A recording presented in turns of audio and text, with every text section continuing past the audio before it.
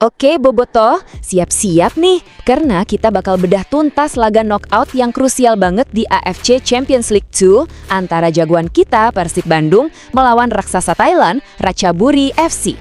Ini bukan laga biasa, ini soal hidup dan mati di babak 16 besar. Oke, langsung aja ke pertanyaan utamanya yang pastinya ada di pikiran kita semua. Siapa sih 3 nama yang benar-benar jadi PR besar buat Persib? Siapa yang harus dimatikan pergerakannya kalau mau pula bawa hasil bagus? Nah, panggungnya udah siap nih. Leg pertama ini mainnya di kandang lawan di Stadion Ratchaburi. Kalian tahu kan, di sistem gugur kayak gini gak ada ruang buat kesalahan sekecil apapun. Setiap gol, setiap tackle itu penting banget, tegang pastinya. Kalau kita lihat di atas kertas, ya Persib emang juara grup. Keren banget. Tapi jangan lupa, Ratchaburi ini yang julukannya The Dragons, mereka punya keuntungan super besar. Main di kandang sendiri, di depan pendukung fanatik mereka. Oke, kita masuk ke ancaman pertama. Ini dia, mesin gol mereka dari Brazil. Seorang striker yang komplit banget, Denilson Junior. Bisa dibilang, dia ini nyawanya lini serang Ratchaburi. Coba lihat angkanya. Dari 6 laga aja di turnamen ini, dia udah bikin 5 gol. 5 loh, gila kan? Ini bukan statistik kaleng-kaleng. Ini bukti kalau dia benar-benar predator di kotak penalti. Dan bahayanya tuh gak cuma soal ngegolin doang. Dia juga jago banget bikin peluang, udah ngasih 3 assist. Artinya apa? Dia bisa ngancem lewat golnya sendiri, atau lewat umpan manisnya ke temen. Susah banget dijaganya. Jadi intinya apa? Dia ini striker paket komplit. Fisiknya kuat buat duel, larinya kencang, dan yang paling bikin pusing, dia pinter banget cari ruang kosong. Lengah sedikit, bisa langsung dihukum.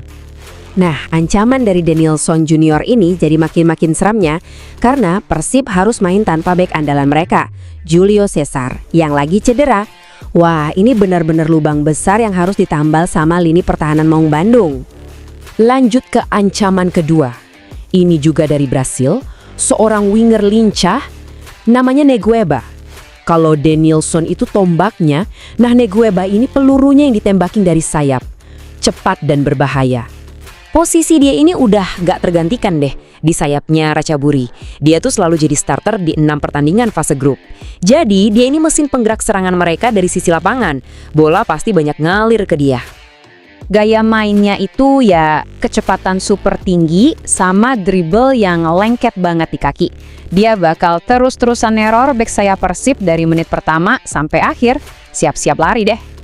Artinya apa? Satu-satunya cara buat ngatasin dia, ya lini belakang Persib harus super kompak. Koordinasi dan komunikasi harus jalan terus. Gak bisa jaga sendirian, harus ada bantuan. Salah dikit aja bisa langsung dilewatin. Oke, ancaman ketiga, dan ini agak beda. Ancaman gak selalu dari depan kan? Kali ini dari belakang. Ada si tembok kokoh dari Filipina, Jesse Karen. Dia ini bisa dibilang jantung pertahanannya Ratchaburi. Pemain yang bikin lini belakang mereka susah banget ditembus. Striker-striker Persib pokoknya harus kerja ekstra keras kalau mau lewatin dia. Tapi yang bikin dia spesial dan jadi ancaman unik itu karena dia back modern, back 2 arah. Jadi, dia nggak cuma jago bertahan, tapi juga rajin banget bantu serangan. Ini bisa bikin lawan kelabakan, karena tiba-tiba ada pemain tambahan di depan. Dan buktinya? Nih, lihat aja statistiknya. Meskipun posisinya back, dia udah nyumbang 1 assist. Ini nunjukin kalau dia punya visi bermain yang bagus, dan gak ragu buat menusuk ke depan. Bahaya laten nih. Nah, setelah kita bedah 3 pemain kunci ini, sampailah kita ke pertanyaan besarnya.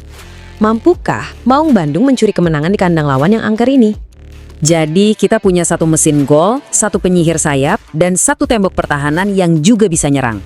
3 tipe ancaman yang benar-benar beda dan harus diantisipasi sama Persib kalau mau lolos ke babak selanjutnya. Pertanyaan buat kita semua, para bobotoh. Kira-kira strategi apa nih yang bakal dipakai Persib buat jinakin para naga ini di sarangnya? Main aman, nungguin counter? Atau justru main berani dan ngeladenin permainan terbuka? Wah, kita tunggu aja bareng-bareng.